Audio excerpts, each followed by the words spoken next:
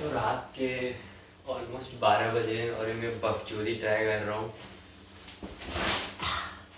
15 kilo, 5 kilo, 12 kilo, 32।